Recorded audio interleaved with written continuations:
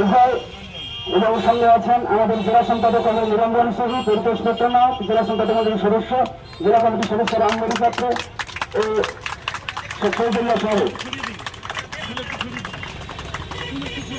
আমাদের প্রত্যেক বিষয় কেন্দ্রের সদস্য চলা হলে অসংখ্য ধন্যবাদ জননেতা কংগ্রেস সুজন চক্রবর্তীকে অভিনন্দন জানান। জেলা সম্পাদক কেন্দ্র নিরঞ্জন। শারদোৎসব গোটা পশ্চিমবাংলার কাছে সবচাইতে বড় উৎসব, কোনো সন্দেহের ব্যাপারে নেই। এটা কোনো দলের ব্যাপার না, রাজনীতির ব্যাপার না।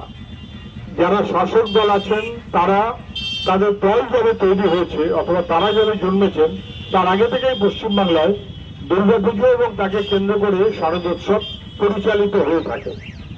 ফলে এটা দলের ব্যাপার নয় যে হালা বলে হচ্ছে, আগে কিছু ছিল না, এই বিষয়ে একটা ভাব যারা করেন তারা বেঠিক কাজ করেন। পুজো উৎসব মিলন সারা বছর ধরে মানুষ অপেক্ষা করেন। অর্থনীতির ক্ষেত্রে এই সময়টা খুবই গুরুত্বপূর্ণ এবং সব ধরনের মানুষ অংশ নেন, যে যেমনই হোক না কেন, গরিব বড়লোক, ধর্ম, হিন্দু মুসলমান, পুরুষ মহিলা, যার যা রাজনীতি থাকতে গেলে সবাই মিলেই অংশ নেন। আমরা এই সময়টাকে যেমন মানুষের মধ্যে উৎসবের আবহ থাকে, তার সঙ্গে সঙ্গে এই সময়টাকে আমরা বেছে নিই চেতনার জগৎ খুব গুরুত্বপূর্ণ। মানুষের নীতি নৈতিকতা মূল্যবোধ আমাদের এগিয়ে চলা। বই এমন একটা জিনিস যার মধ্য দিয়ে যুগ যুগ ধরে সঞ্চিত জ্ঞান বিজ্ঞান সেগুলো মানুষের কাছে পৌঁছে দেওয়া যায়। ফলে বইয়ের বিপণন, বই পড়া, বই কেনা, মানুষকে বই উপহার দেওয়ার মধ্য দিয়ে আসলে আমরা একটা সমাজ চেতনার দায়িত্ব পালন করি। এটা সবাই সহমত হবেন। পশ্চিমবাংলায় আগে রক্তদান এত পরিচিত ছিল না, এখন রক্তদান একটা উৎসব। তেমন করেই আগে এতটা ছিল না, কিন্তু এখন বই মেলাটাও একটা উৎসব।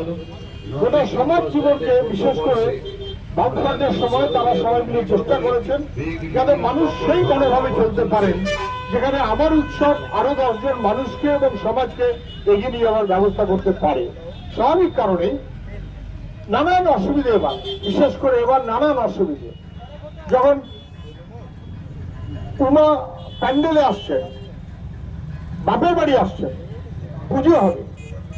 গতকাল কি আমরা ছবি দেখেছি, উমা যখন প্যান্ডেলে যাওয়ার জন্য যাত্রা করছেন তখন উল্টো দিক দিয়ে কম বয়সের উমা লাশ কাটা ঘরে যাওয়ার জন্য পথ চলেছেন।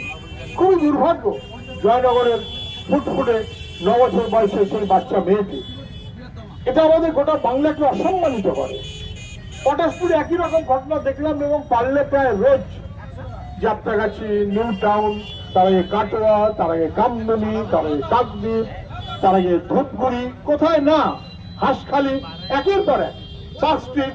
তবে নানান রকমের কাণ্ড কারখানা যেখানে সমাজ তার বিশেষ করে যারা একটু পিছিয়ে থাকা অংশ বলে যাদের ধরে নেওয়া হয় তাদেরকে সাহায্য করাটা যখন বেশি গুরুত্বপূর্ণ, তফসিলি সম্প্রদায়ের মানুষ যদি একটু অসুবিধা থাকেন তাদেরকে বাড়তি সাহায্য করতে হবে আমাদের সমাজকে এগিয়ে নিয়ে যাবার জন্য।